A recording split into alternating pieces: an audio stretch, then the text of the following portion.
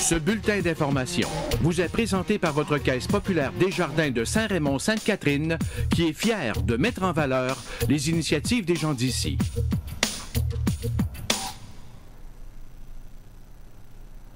Nous sommes le jeudi 31 mai 2018. Ici Michel Beausoleil. Voici votre téléjournal communautaire.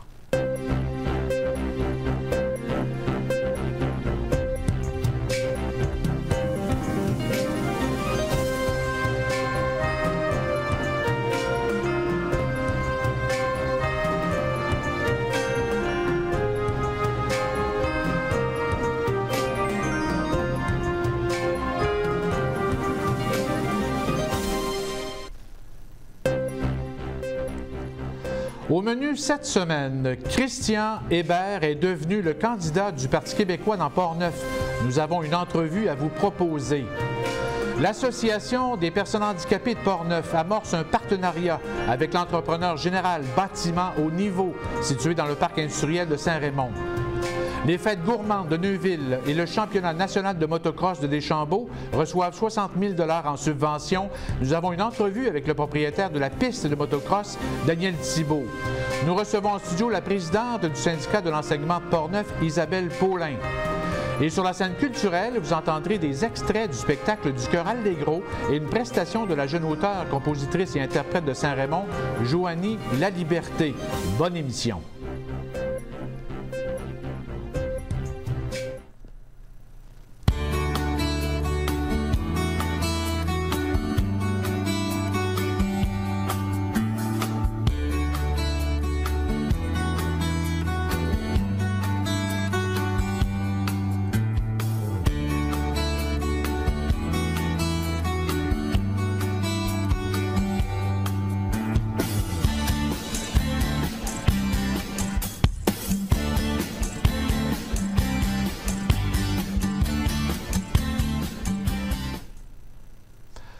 L'agriculteur et transformateur Christian Hébert du domaine Hébert de Deschambault est devenu officiellement le candidat du Parti québécois de Portneuf pour les prochaines élections du 1er octobre. M. Hébert a été le seul à déposer sa candidature à l'association du Parti québécois de Portneuf. Près d'une soixantaine de personnes ont assisté à la soirée d'investiture qui se tenait ce mercredi soir à la microbrasserie Les Grands Bois de Saint-Casimir. L'avocat Gilles Grenier de Québec, Léo Denis Carpentier de Saint-Casimir, Karen Morin, l'épouse de Christian Hébert, et l'orateur invité, le député de Berthier, porte-parole de l'opposition en matière d'agriculture et d'alimentation, André Villeneuve, ont vanté les mérites du candidat dans Portneuf et ses nombreuses réalisations et implications dans le secteur agricole au sein de l'UPA et de la relève agricole. Plusieurs le voient comme un futur ministre de l'Agriculture. Avant sa carrière en agriculture, Christian Hébert a servi au sein de la Marine canadienne une douzaine d'années, dont 8 ans comme officier. Il est à l'aube de la quarantaine. Écoutons une entrevue que nous a accordée Christian Hébert avant la déclaration de sa candidature et les allocutions d'usage. Bonsoir, M. Hébert. Bonsoir. M. Hébert, dans quelques instants, vous serez officiellement candidat du Parti québécois dans Portneuf. Si je vous demandais tout d'abord, pourquoi la politique dans votre vie maintenant? La politique, c'est ma première élection générale, mais je suis élu déjà depuis plusieurs années. Je suis le président de la relève agricole pour la capitale nationale Côte-Nord et vice-président à l'exécutif au niveau national, également administrateur au niveau de l'UPA et d'autres fonctions, entre autres au niveau de la table de concertation agroalimentaire de Portneuf. C'est une bonne expérience que j'ai déjà de représenter les gens et maintenant on décide de porter les dossiers à un autre niveau. Qu'est-ce qui vous permet de croire justement que vous pourriez devenir député de Portneuf à l'Assemblée nationale? Les gens de Portneuf me connaissent déjà très bien. Je suis quelqu'un de très accessible. Ils connaissent déjà les idées, les dossiers que je porte et une certaine crédibilité. Puis je pense que j'ai une confiance auprès des gens. Pourquoi le Parti québécois? C'est mon parti, c'est le parti que je suis membre depuis plusieurs années. Je suis à l'exécutif également du parti depuis 2 ans et c'est le parti des décideurs et le parti qui promeut l'indépendance du Québec. Comment vous voyez le comté de Portneuf? C'est-à-dire? En fait, dans son ensemble, les forces et peut-être les faiblesses aussi que vous souhaiteriez peut-être travailler.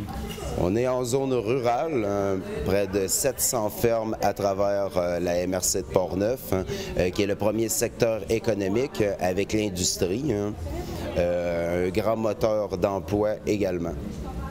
Et parmi les dossiers, c'est sûr que vous êtes producteur agricole, mais parmi les dossiers que vous souhaiteriez traiter en cours de campagne, avez-vous des exemples justement de dossiers?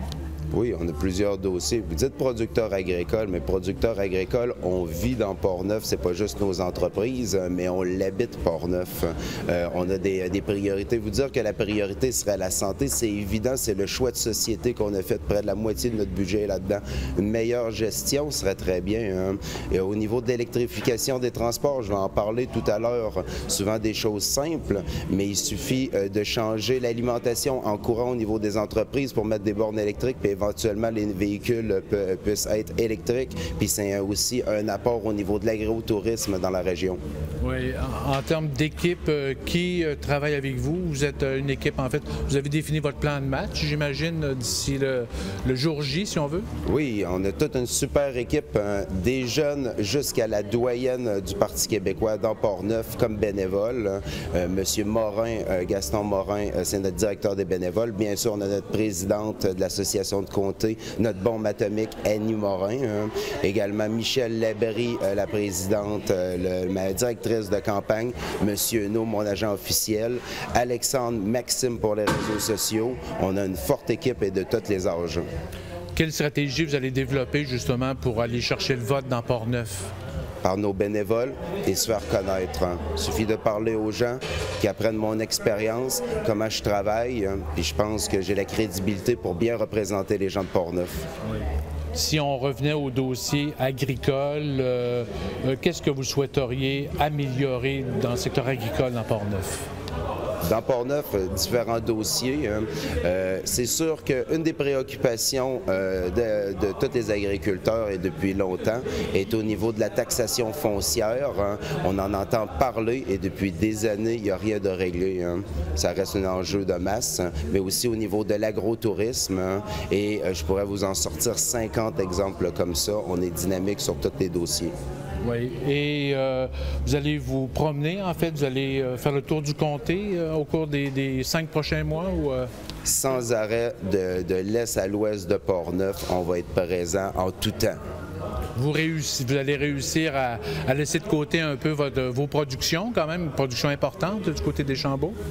L'an dernier, j'ai été décoré chevalier de l'Ordre national du mérite agricole, saine gestion de l'entreprise, des pratiques agro-environnementales exemplaires et bien sûr l'implication sociale.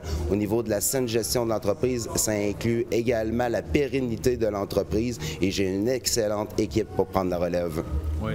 Comment vous voyez le rôle d'un député comme une circonscription comme Portneuf? Représentant du peuple, on n'est pas là pour instrumentaliser les mots des gens, mais pour très bien les représenter. Comment vous voyez le Parti québécois du côté national maintenant? Pour vous, jusqu'à maintenant, la campagne va bien selon vous?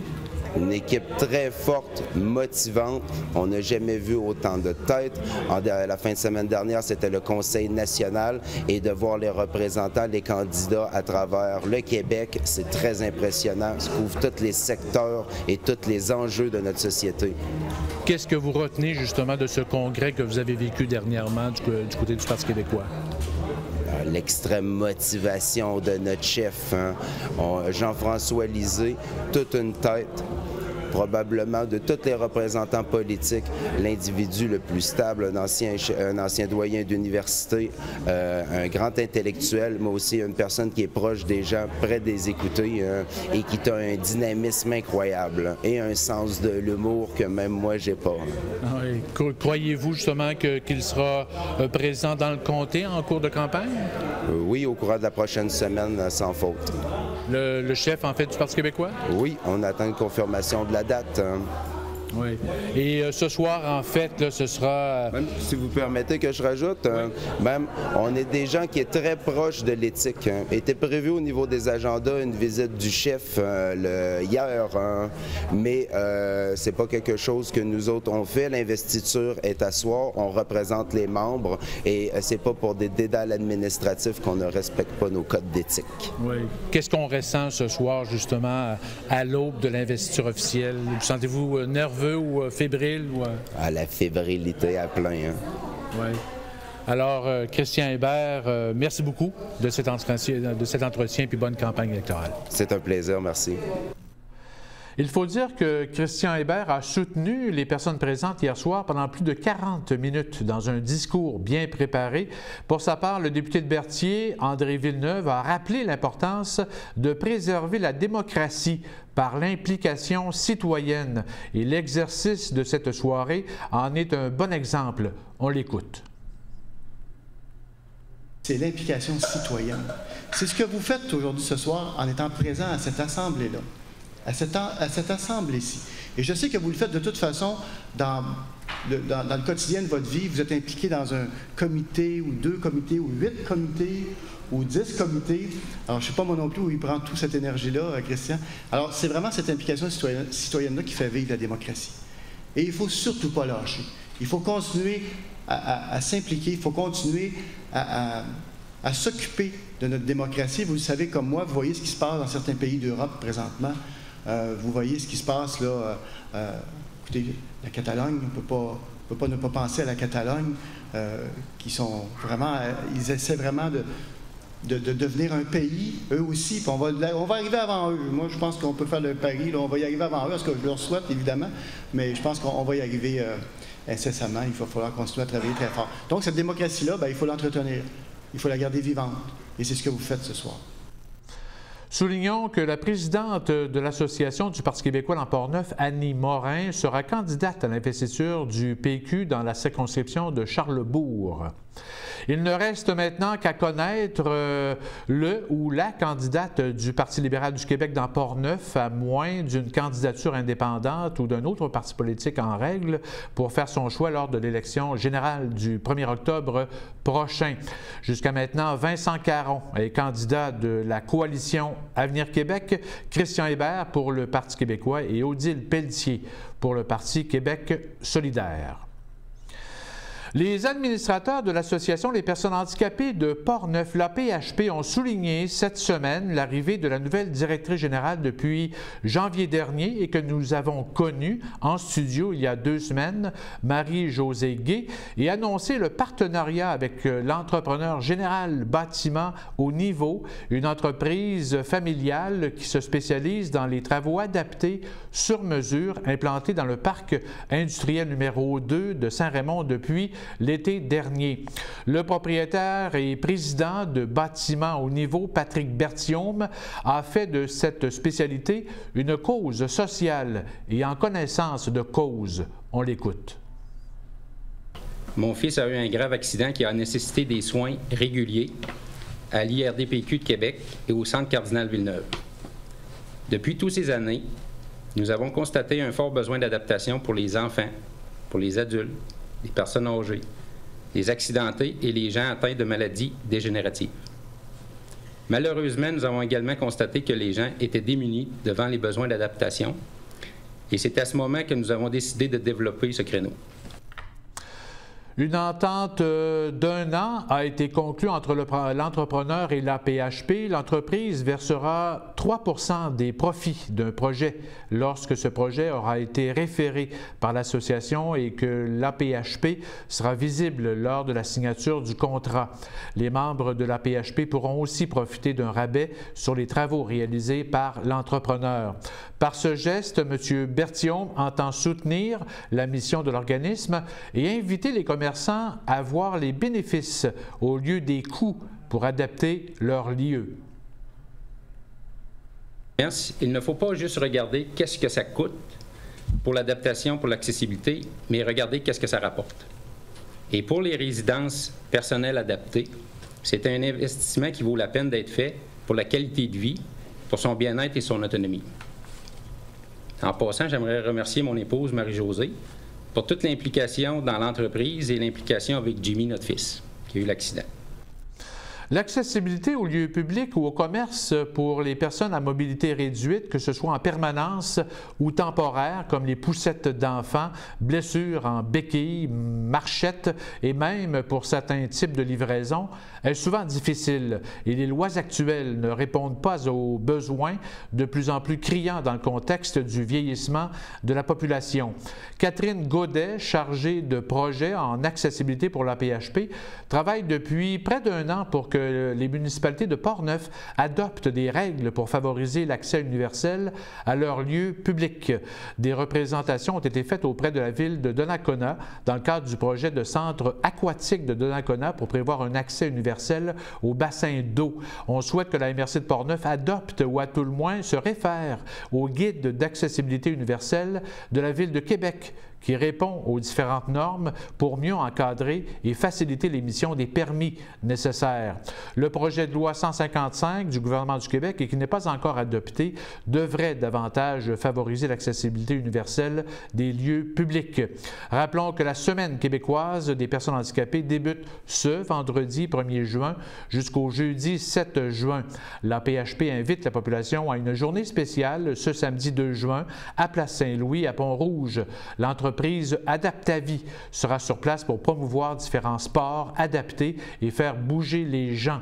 Pour l'occasion, la Corporation de transport régional de Portneuf offrira le transport adapté gratuit ce samedi aux personnes à mobilité réduite et à un ou une accompagnatrice pour participer à l'activité.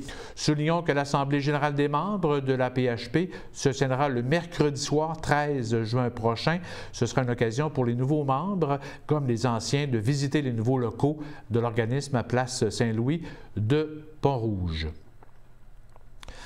Dans le même ordre d'idées, quelques 250 personnes ont participé samedi dernier au Centre multifonctionnel Roland-Dion à Saint-Raymond au Souper dans le Noir, une activité de financement au profit de la Fondation Mira, qui offre des chiens guides, entre autres, à des personnes non-voyantes. C'est la 3e fois que Mira organise cette activité annuelle dans Portneuf qui permet aux participants de vivre l'instant d'un repas, la réalité non-voyante en portant un bandeau sur les yeux. D'ailleurs, la directrice de Mira à Neuville, Rachel Lunardi, ne s'est pas gênée de faire rire et stimuler l'imagination des participants non-voyants. Pour l'occasion, les convives ont pu déguster une entrée de sushi et un spaghetti. Le patron d'honneur de cette soirée était M. Hugo Lamotte, président de la compagnie Unifrein Saint-Raymond. Les municipalités de Donnacona et de Pont-Rouge ont accueilli les 2 premières activités en 2016 et 2017. Chaque année, la Fondation Mira remet plus de 200 chiens à des personnes vivant avec un handicap visuel ou physique, ainsi qu'à de jeunes autistes. Chaque chien entraîné coûte près de 30 000 $. Le syndicat de l'enseignement de Portneuf a souligné dernièrement la participation et la performance des élèves du Centre de formation des adultes de la Commission scolaire de Portneuf au concours d'écriture « Ma plus belle histoire ». Ce concours est organisé par la Fédération des syndicats de l'enseignement en collaboration avec la Centrale des syndicats du Québec depuis maintenant 15 ans. Le président d'honneur du jury cette année était l'auteur David Goudreau, romancier, poète, dramaturge et slameur, qui s'est joint au parrain du concours, le comédien et humoriste J.C. Lauzon. Une activité de reconnaissance et de remise de prix avait lieu lors de la soirée hommage du Centre de formation de Portneuf le jeudi soir, 24 mai dernier à Donnacona. Et pour nous en parler, pour nous parler aussi de la vie syndicale du monde de l'éducation dans Portneuf, nous accueillons en studio la présidente du syndicat de l'enseignement de Portneuf, Isabelle Paulin. Bonsoir Isabelle. Bonsoir Michel. Merci d'être avec nous ce soir. Vous êtes présidente depuis 2 ans, Isabelle? Oui, ça va faire 2 ans le 30 juin et j'ai un mandat de 2 ans qui vient d'être renouvelé. Là. Je vais être encore là pour 2 ans. Pour 2 autres années. Tout à fait. Avant de parler de syndicats, en fait, parlons du concours qui s'appelle en fait « Ma plus belle histoire ». Est-ce que ça fait longtemps que localement on participe à cette... Ça fait plusieurs années qu'il y a des candidats de Portneuf qui envoient des textes via leurs enseignants, parce que c'est les enseignants qui doivent les accompagner, qui les proposent. Dans les dernières années, il n'y a pas eu de candidats qui ont été retenus pour le recueil national. Okay. Mais cette année, on a eu 10 élèves de Portneuf qui ont participé. Et parmi ces 10 élèves-là, il y en a 2 qui ont été sélectionnés pour le recueil national. OK, qui se sont démarqués vraiment. Oui. Donc, parmi les 500 textes que la Fédération a reçus, il y en a 50 qui ont été choisis pour ce recueil-là. Et il y en a deux de nos élèves, M. Benoît Rousseau et Xavier Saint-Gillet, qui ont été sélectionnés. Qui ont été sélectionnés. Oui. Comment ça fonctionne? C'est qu'en fait, on leur donne un thème ou... Non, c'est vraiment un concours d'écriture ouvert. Donc, il y a des textes qui avaient déjà été écrits dans le cadre de leur cours de français, que l'enseignant trouvait que c'était un bon texte, puis il a dit « tu devrais t'inscrire, l'envoyer au concours ». Il y en a qui ont écrit des textes expressément pour le concours, et c'est vraiment ouvert. Donc, on a des nouvelles littéraires, on a des faits vécus, des lettres. Il y en a un, c'est une lettre à son enfant. Donc, il y a vraiment des belles histoires. C'est bien écrit. Ça donne une belle occasion de valoriser l'éducation des adultes, tout ce qui se fait dans les centres. C'est ça. Donc, l'éducation des adultes, c'est un concours qui s'adresse vraiment à l'éducation des adultes et non pas dans les écoles secondaires. Exact. Donc, dans Portneuf, ici, on a des élèves de l'éducation des adultes à Donnacona. On en a à Saint-Raymond. On a aussi un centre de service à Saint-Casimir. Oui. Et on a même des élèves à l'établissement pénitentiaire de Donnacona. Ah, okay. Donc, on a des enseignants qui travaillent là. Donc, tous les enseignants adultes peuvent suggérer des textes d'élèves. Oui, donc cette année, c'est un bon cru, en fait, pour le concours. Et ça encourage probablement d'autres élèves, j'imagine. C'est l'objectif aussi qu'on a de travailler, de le mettre en valeur, de le publiciser, puis de reconnaître. Parce que déjà, de participer, c'est une victoire en soi. Ouais. Fait que nous, on a fait aussi un recueil pour les 10 textes qui avaient été envoyés. Okay. On a fait un petit recueil électronique qui est disponible sur notre site Web. Sur le site Web du syndicat? Exact. OK. Et ce recueil-là, papier, c'est disponible où, ça? Sur le site Web de la Fédération des syndicats de l'enseignement. OK, la version numérique. Exact. Mais la version papier que vous avez là? Elle est disponible dans les centres. Les élèves en ont eu, les gagnants en ont eu aussi pour donner à leur famille. Là. Okay. Fait que c'est vraiment les enseignants dans les centres qui pouvaient s'y procurer. Et ça, c'est un concours annuel? Exact. En fait, puis donc... On a l'intention d'avoir encore des bonnes cuvées dans Portneuf pour les prochaines années. Là, avec des gagnants, ça devient des modèles. Parlons, justement, parlons du syndicat. Vous représentez qui exactement dans Portneuf à la commission scolaire? Dans Portneuf, cette année, nous avons 583 membres. Donc, c'est 583 enseignants du secteur préscolaire, primaire, secondaire, éducation des adultes, formation professionnelle et établissement pénitentiaire. On a des enseignants réguliers temps plein, des enseignants à temps partiel, des suppléants. On n'en entend pas beaucoup parler. Là. On a beaucoup de pénurie, de la difficulté à aller chercher. C'est pas juste dans Portneuf, c'est localisé à grandeur du Québec. Puis, quand je dis il y a des enseignants réguliers temps plein, il y en a aussi à temps partiel. Puis la formation générale aux adultes, puis la formation professionnelle, c'est des secteurs où la précarité, donc l'insécurité d'emploi, est très grande. Parce que les inscriptions sont variables. Ben oui, c'est ce qu'on parlait. Ça dépend des cohortes, ça dépend des programmes. Actuellement, c'est moins peut-être attirant pour des jeunes adultes ou des adultes plus âgés d'aller dans les centres parce qu'on a un taux de chômage qui est très bas dans la région. Oui. Donc, retourner sur les bancs d'école ou avoir... emploi aussi, ce qui est difficile. On pense aux immigrants qui pourraient peut-être sauver quelques formations. Dans les centres, il y a de la francisation aussi qui est faite pour des immigrants, justement, pour apprendre le français. Donc, ça se fait dans les centres ici dans Portneuf. Oui. Quel est le climat actuel entre syndicats, employeurs? Est-ce qu'on est dans une bonne période? Au niveau local, je vous dirais que ça se passe bien parce qu'on est capable de communiquer. On a de l'écoute des deux côtés. Autant la commission scolaire nous parle, on les écoute. Nous, on leur parle, ils nous écoutent. Je vous dirais que si on avait le même style d'écoute au niveau provincial de la part du gouvernement, il y a peut-être des dossiers qui avanceraient plus vite. Oui. Justement, comme quoi? Qu'est-ce qui nous différencie peut-être localement? Le fait qu'on est un petit milieu. Et Portneuf, c'est quand même petit. C'est 52 000 personnes, exact, à peu près. On se croise à l'épicerie. Fait qu'on n'a pas le choix de garder des relations qui sont... cordiales, respectueuses. Exact. Puis ça se fait bien aussi. On a tous intérêt, c'est dans n'importe quel domaine, on a intérêt à communiquer et à essayer de régler les problèmes avant qu'ils arrivent. Bon, c'est sûr que des fois, on n'est peut-être pas d'accord parce qu'on n'est pas nécessairement dans le même camp, surtout. Mais on essaie d'éviter les situations problématiques et on a à cœur l'intérêt des enseignants, l'intérêt de nos élèves. Fait qu'à quelque part, comme employeurs, ils ont aussi à cœur l'intérêt de leurs employés puis l'intérêt des élèves. Donc, Des fois, c'est les moyens pour atteindre le but qui est différent, mais le but ultime, on devrait être capable de s'entendre. Quels sont les enjeux actuels? Actuellement, si on regarde, on est en période préélectorale. On l'a vu tout à l'heure avec le reportage avec M. Hébert. Il y a des enjeux importants. Pour nous, il va falloir que les partis politiques se mouillent en éducation. On a vécu des périodes difficiles avec l'austérité, beaucoup de coupures, des coupures de services. L'école publique a été très malmenée. Ça a des répercussions sur la santé psychologique des enseignants, du personnel dans les écoles, je veux dire même des directions d'école. Hein, on est tous des humains. Qui ont de plus en plus de bâtiments à gérer. Là, aussi. Tout ça mis ensemble, la tâche, ça devient de plus en plus complexe. On parle beaucoup d'élèves qui sont intégrés en classe, des élèves handicapés en difficulté d'apprentissage et d'adaptation. Des fois, il y a beaucoup de soutien, mais ce n'est pas suffisant. Même si le ministre a annoncé différentes mesures, et on en a dans Portneuf, là. Il y a des enseignants, il y a des TES. À un moment donné, c'est dans la mesure où on a les employés pour le faire. Mais il y a quand même, on ne peut pas être 8 adultes dans une classe. Fait qu'il y a un problème à quelque part au niveau de la composition de la classe. OK.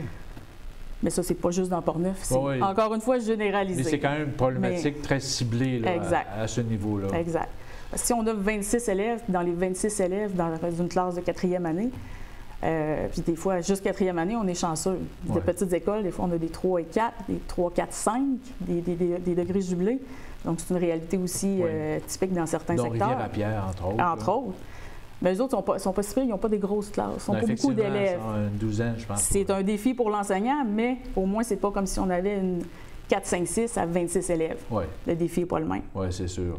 Autre enjeu important que on devrait aborder probablement en campagne électorale. On a tout ce qui a rapport à les contenus qui sont obligatoires en éducation et sexualité, les contenus obligatoires en orientation scolaire et professionnelle. Donc, c'est toutes des nouvelles, du nouveau contenu qui doit être intégré, pas nécessairement dans les classes, mais dans l'école. Mais ça répond à une commande politique, ça répond à une commande électorale du ministre. Il y avait un besoin, puis c'est vrai que l'éducation en sexualité, c'est nécessaire. Mais justement, puisque c'est important, il ne faut pas que ça soit fait n'importe comment non plus. On a l'impression toujours que c'est un petit peu garoché et ça va devenir un dernier exemple. Il y avait des parents qui ont parti un mouvement, c'est peut-être plus dans la région de Montréal, ça ne s'est pas fait dans la région ici, de refuser d'envoyer leur enfant à l'école une journée en protestation à l'éducation en sexualité. La réponse du ministre, ça a été, il pourrait peut-être y avoir des exemptions. Mais c'est pas un cours, c'est pas comme l'enseignement religieux à une certaine époque, qui est 2 périodiques fixées dans la grille matière. On peut plus facilement exempter un élève. Là, on parle d'intégrer dans certaines matières. Ça va être, en tout cas, c'est encore de l'improvisation, puis ça va être un dossier Il nous reste à peu près 30 secondes. Dossier maternel? Oui, ça aussi, c'est un autre dossier d'improvisation. Qu'est-ce qu'il y a exactement? Le ministre avait annoncé 100 nouvelles classes de maternelle 4 ans l'année passée, en fait pour cette année scolaire-ci. À Saint-Raymond, on devait en avoir 2. Puis parce que c'est des mesures administratives de codes postaux qui doivent cibler les élèves, puis si les élèves ne sont pas dans les bons codes postaux, ils ne peuvent pas s'inscrire à ces maternelles-là. Ça fait qu'au lieu d'en avoir une de plus, on en a une de moins. Aucune classe de maternelle 4 ans à Saint-Raymond cette année. C'est pas parce que les besoins ne sont plus là, c'est parce que c'est des mesures administratives. Et ça, autant la commission scolaire que les syndicats disent au ministre que ça n'a pas de bon sens, mais ça n'a pas changé encore. Est-ce que ça peut se régler en l'année prochaine? On ne le sait pas, parce que là, actuellement, même les codes postaux pour 18-19, les commissions scolaires ne les savent pas encore pour faire l'inscription. On est rendu le 1er juin demain. Oui. Alors, Isabelle Paulin, présidente du syndicat de l'enseignement de Portneuf, merci beaucoup. Merci à vous. On aura sûrement l'occasion de se reparler. Probablement. Merci. Merci. Les travaux horticoles et d'embellissement de nos milieux de vie, la résidence, le balcon, le commerce ou l'industrie ont débuté à plein en fin de semaine dernière avec l'arrivée du beau temps et de la chaleur, mais c'était aussi l'arrivée des mouches et des maringouins au déplaisir de plusieurs. Dans le cadre du mois de l'arbre et des forêts, le mois de mai et de la journée de l'arbre sur le plan provincial, plusieurs municipalités de Portneuf, en collaboration avec différentes organisations d'embellissement, ont remis des arbres et arbustes arbustes gratuitement à leurs citoyens. Cette activité populaire permet entre autres aux nouveaux arrivants des quartiers résidentiels de verdir et d'embellir de fleurs et de plantes leur espace de vie extérieur. C'était le cas à Saint-Raymond, Sainte-Catherine de la Jacques-Cartier, Pont-Rouge ou Donnacona. Plusieurs milliers d'arbres ont été distribués gratuitement. Plusieurs essences étaient disponibles, dont des chênes rouges, des cerisiers tardifs, des bouleaux jaunes, des noyers noirs, des chênes à gros fruits et des mélèzes du côté de Pont-Rouge. 500 arbres ont été donnés à Pont-Rouge. Les comités d'embellissement et les entreprises horticoles offraient leurs produits ainsi que des conseils appropriés. De leur côté, les citoyens de Saint-Raymond pouvaient se procurer à peu de frais un éco-baril, récupérateur d'eau de pluie.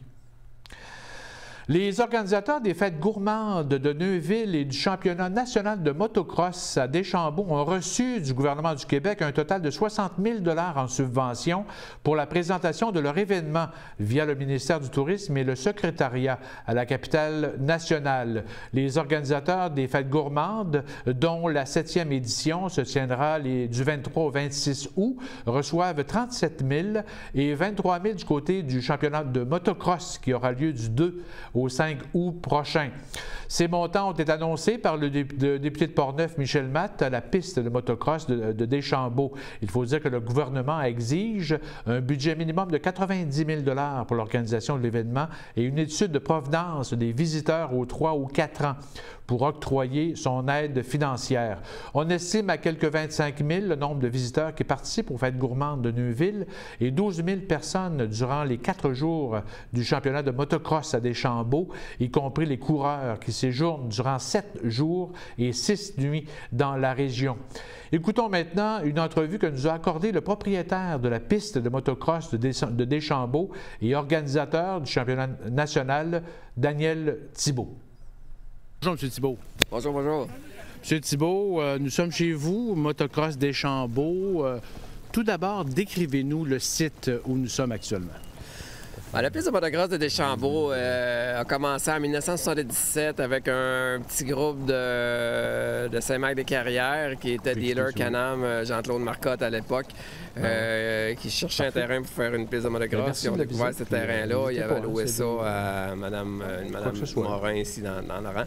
Puis d'année en année, ils faisaient des petits événements, des pratiques. Puis moi, j'ai acheté ça avec mon cousin en 1990. Puis on a développé ça, on a organisé des championnats provinciaux au début des années 90. Après, je suis tombé tout seul là-dedans en 94, 93.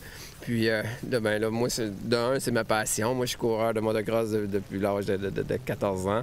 Je fais de la moto depuis l'âge de 9 ans. Fait qu'on a développé une passion incroyable au niveau de la moto. Le motocross, c'est un sport qui est très dur physiquement. Fait que ça nous a permis de s'entraîner, de rester en forme, de connaître plein de monde.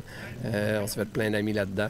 Fait que d'année en année, moi aussi, je travaillais à temps plein à Québec en réfrigération. Puis je réussis à m'occuper du motocross en même temps, faire grandir la piste. On a toujours eu des belles cotes. La piste a gagné plusieurs prix pour la plus belle piste de motocross au Québec. Fait qu'on s'est fait une renommée tranquillement. On a toujours battu des records de coureurs ici à Deschambault. Tout ça à cause de la qualité du sol, les élévations de piste aussi. Le terrain, c'est pas un terrain plat. Fait que les coureurs ont toujours apprécié Deschambault. En étant passionné, on a réussi à transmettre notre passion à tous les jeunes du coin, puis on a beaucoup de jeunes qui nous aident là-dedans aussi. En 2012, j'ai lâché ma job de frigoriste. Ça faisait 25 ans que je faisais ça, fait que j'avais atteint mes heures pour mon fonds de pension. Fait que l'association de Toronto m'a approché pour faire le plus gros événement de motocross au Canada avec le championnat Rockstar Energy. Fait que j'ai décidé d'embarquer dans cette grande aventure-là avec le club MX de Deschambault. On s'est formé un petit club.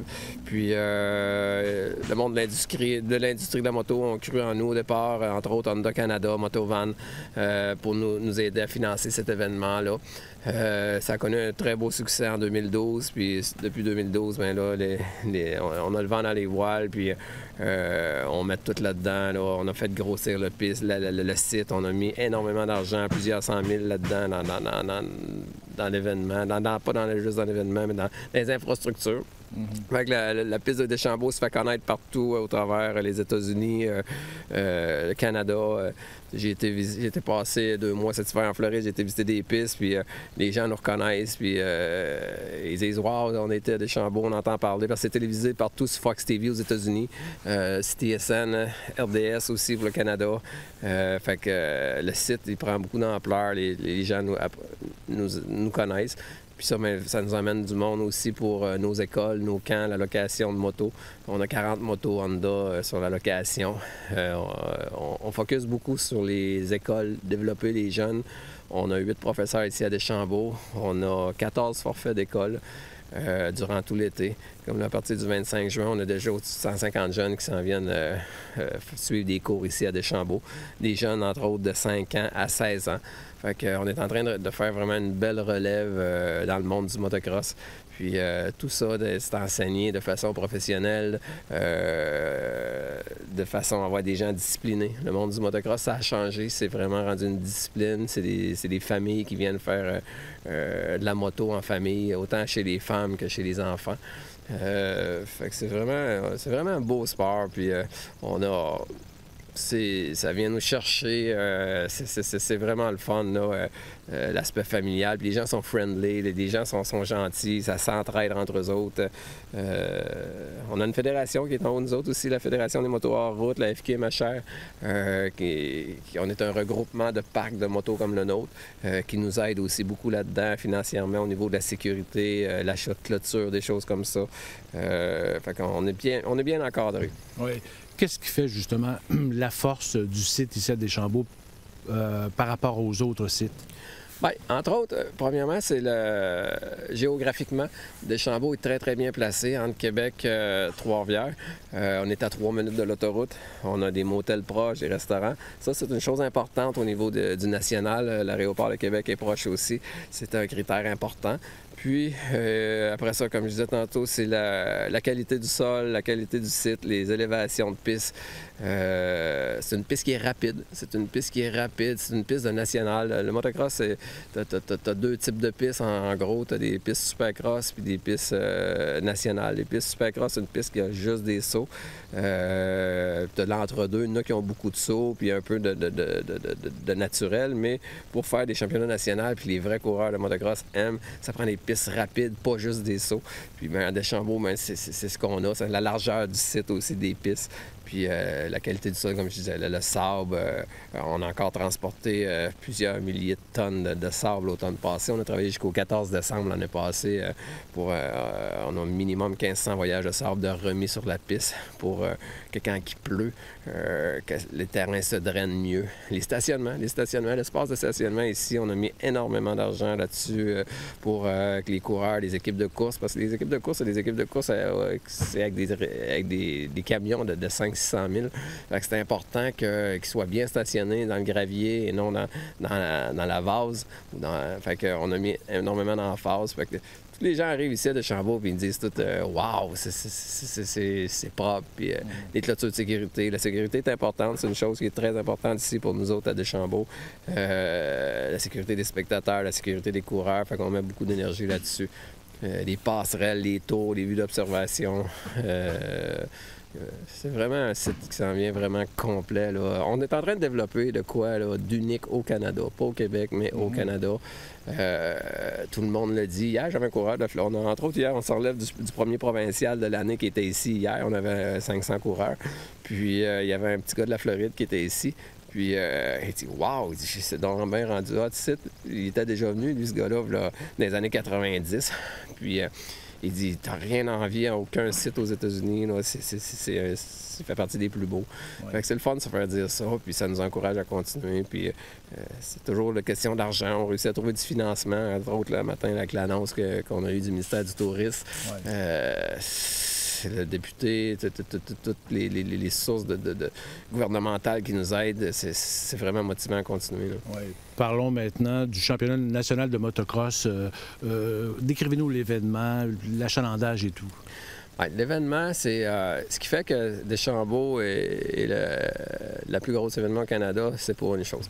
C'est qu'on a le championnat national chez les amateurs. Fait que, à partir des classes 50 CC, les petits-enfants de 5 ans, jusqu'aux classes de vétérans, c'est ici à Deschambault qu'on détermine les meilleurs pilotes dans l'Est du Canada pour être les meilleurs pilotes amateurs au pays. Ça se déroule du mardi au samedi.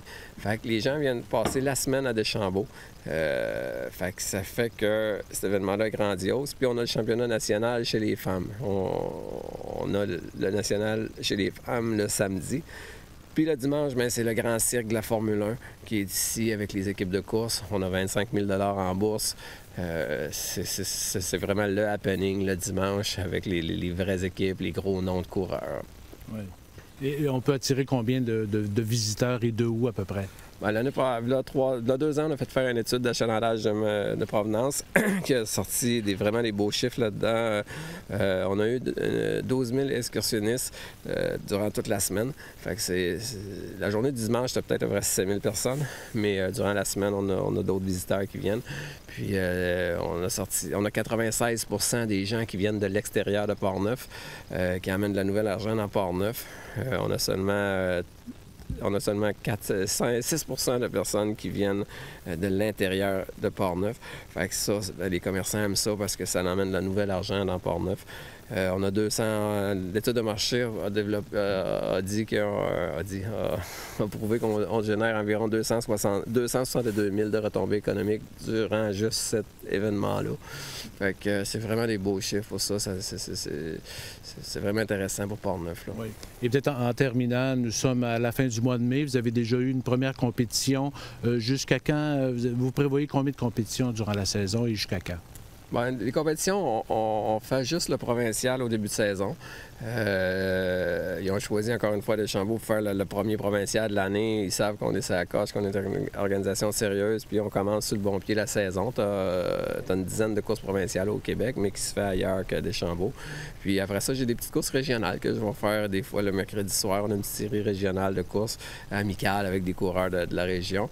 Mais on se concentre vraiment sur le grand national qui dure un événement de 5 jours. On a au-dessus de 125 personnes bénévoles ou autres qui sont dans cette organisation-là avec nous. C'est vraiment un événement qui est long, mais on met vraiment toutes nos énergies là-dessus et sur nos écoles et camps et locations. Oui. Et vous êtes combien qui travaillez sur le site durant les saisons? Bien, on a toujours 3-4 personnes à temps plein. J'ai mes 2 garçons qui m'aident beaucoup ici à Deschambault.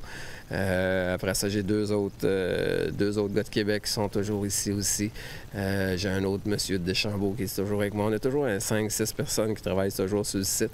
Mais lors des événements, on monte au-dessus de 125 personnes. Tu as le CJS de Port-Neuf qui nous aide là-dedans. On a le corps de cadets de Saint-Marc aussi qui nous fournissent des jeunes. Mais il y a vraiment du monde là, toute la semaine. Là.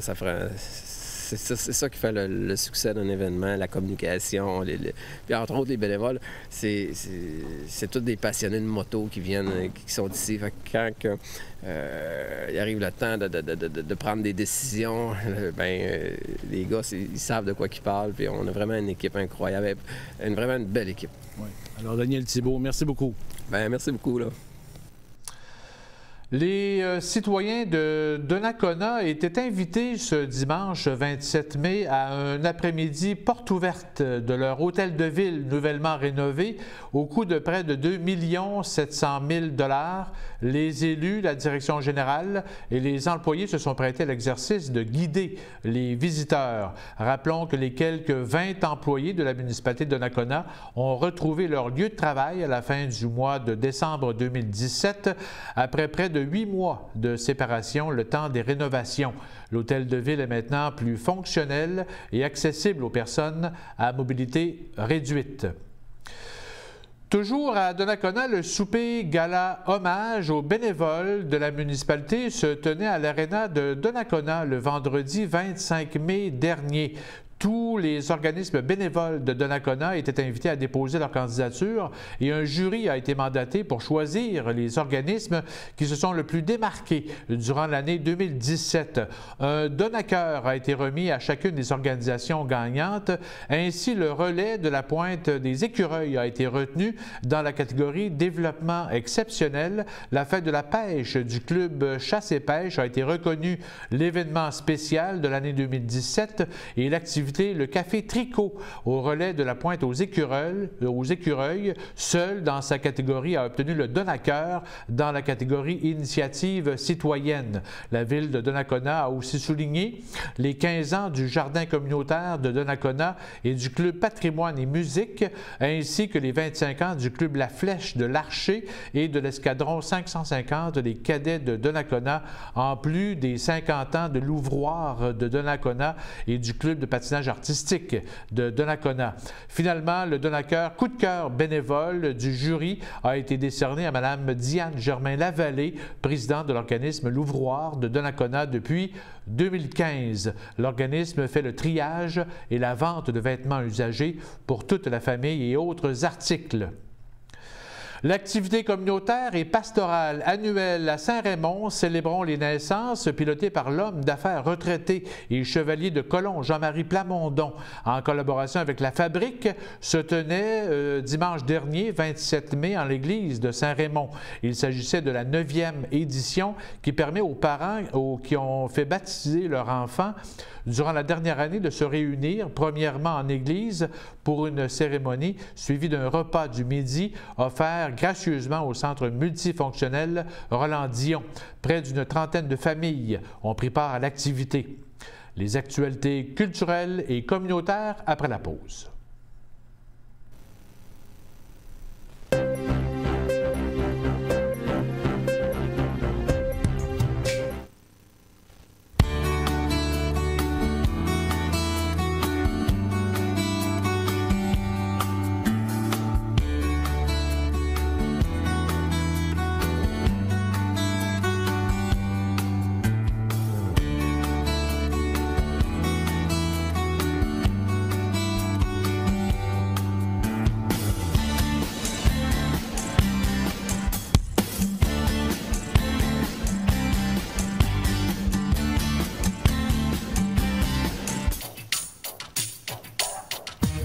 Ce bulletin d'information vous est présenté par votre Caisse populaire Desjardins de Saint-Raymond-Sainte-Catherine, qui est fière de mettre en valeur les initiatives des gens d'ici.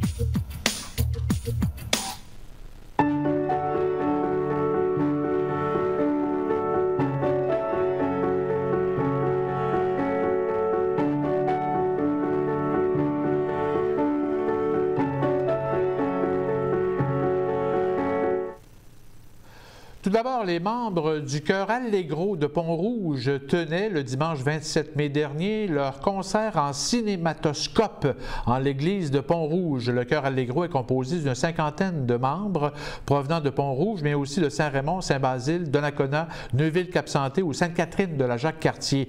Écoutons quelques extraits des mélodies de films chantées par la chorale.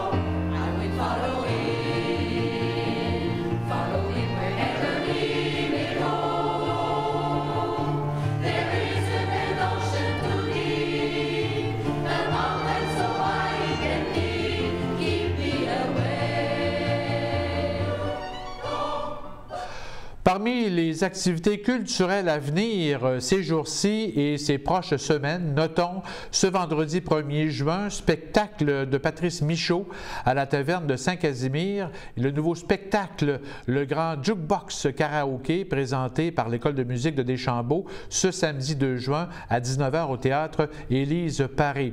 Spectacle de la chanteuse folk Jane Earnhardt en duo ce samedi 2 juin, c'est à compter de 20h au Pop Café sur le chemin du Roi à Grondines, ainsi que le dernier déjeuner en musique de la saison du club de guitare. Ça se passe ce dimanche 3 juin à 9h30 au centre L'Ardoise, rue de la Montagne à Saint-Casimir.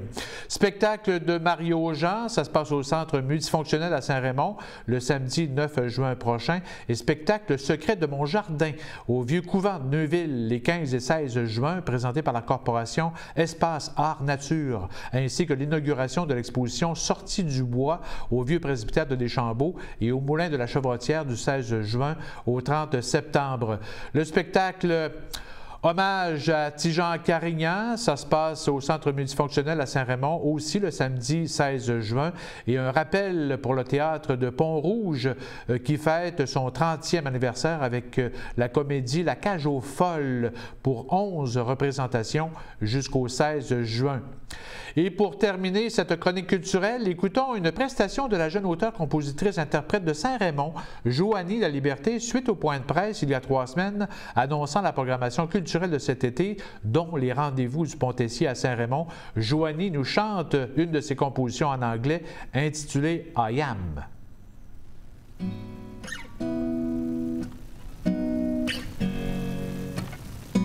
I know it's just for a moment, the feeling that I'm feeling. After all, there is an end and a beginning. Yeah. La la la la la la la. Now I learn and I trust. I feel better and lighter. I'm here to win and lose, but I don't fight anymore, 'cause I am every moment. I am every feeling. I am, oh, I am everything now.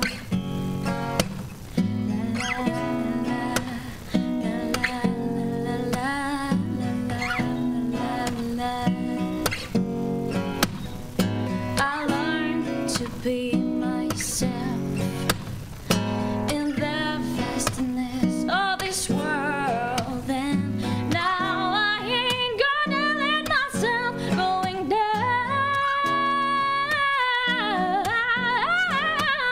I am every moment. I am every feeling. I am, oh yeah. I am every moment. I am, oh, I am everything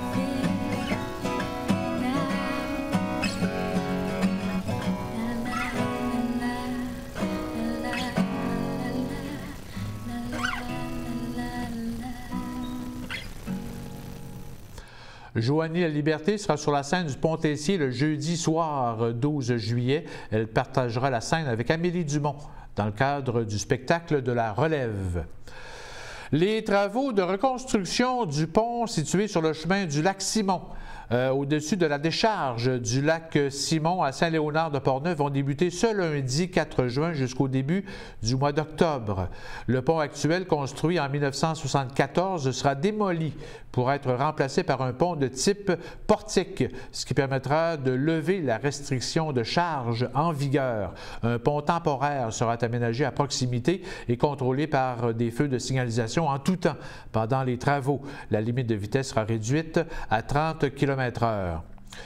Le service des travaux publics de la ville de Saint-Raymond rappelle quelques règles concernant l'utilisation de l'eau potable de son réseau, comme par exemple les périodes d'arrosage de la verdure sont limitées au soir de 20h à 23h, en alternance du jour où la date est un chiffre pair ou impair pour l'occupant d'une habitation dont l'adresse est un chiffre pair ou impair. Par exemple, le 4 juin, ce sont les résidents qui ont un numéro civique pair comme 64 qui pourront arroser. Des dispositions particulières s'appliquent pour une nouvelle pelouse ou de nouveaux aménagements paysagers ainsi que pour les systèmes d'arrosage automatique. Le remplissage d'une piscine et d'un spa est interdit de 6h à 20h. Le lavage des véhicules est permis en tout temps à la condition d'utiliser un seau de lavage et un boyau d'arrosage muni d'un dispositif à fermeture automatique. Le lavage des entrées d'automobiles, des trottoirs, des patios, des murs extérieurs d'un bâtiment n'est permis que du 1er avril au 15 mai de chaque année ou lors de travaux de peinture, de construction, de rénovation ou d'aménagement paysager justifiant le nettoyage. Les amendes peuvent varier entre 100 et 300 $ en plus des frais. Pour plus d'informations, vous pouvez communiquer avec les gens des travaux publics de la ville de Saint-Raymond.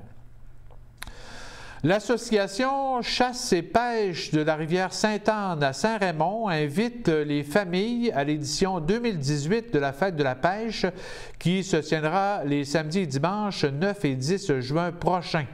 Partout au Québec, il n'est pas obligatoire de détenir un permis de pêche durant la fin de semaine de la Fête de la pêche. À Saint-Raymond, plusieurs activités se tiendront au débarcadère de la rivière Sainte-Anne au centre-ville et qui est accessible par la rue Saint-Hubert. Une formation pour les jeunes de 6 à 15 ans est prévue le samedi à 10h.